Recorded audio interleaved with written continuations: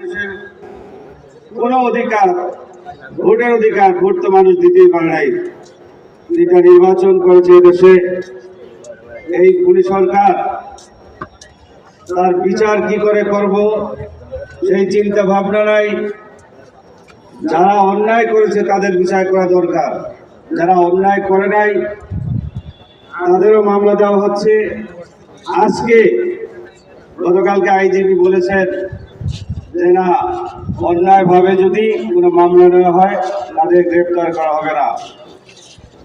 যাই হোক, অনেক নেতৃবৃন্দ আছে, আমি বলতে চাই তোমরা এদেশের ভবিষ্যৎ খুব সুন্দরভাবে এগোতে হবে এবং প্রতিটা জায়গায় সব জায়গায় দাওয়াত দিতে হবে। আমাদের আদর্শ কি? আমরা একটি কল্যাণ রাষ্ট্র চাই, এদেশের মানুষের মুক্তি চাই। ওমা আলাইনা ইল্লাল বালাগ। আসসালামু আলাইকুম ওয়া রাহমাতুল্লাহ।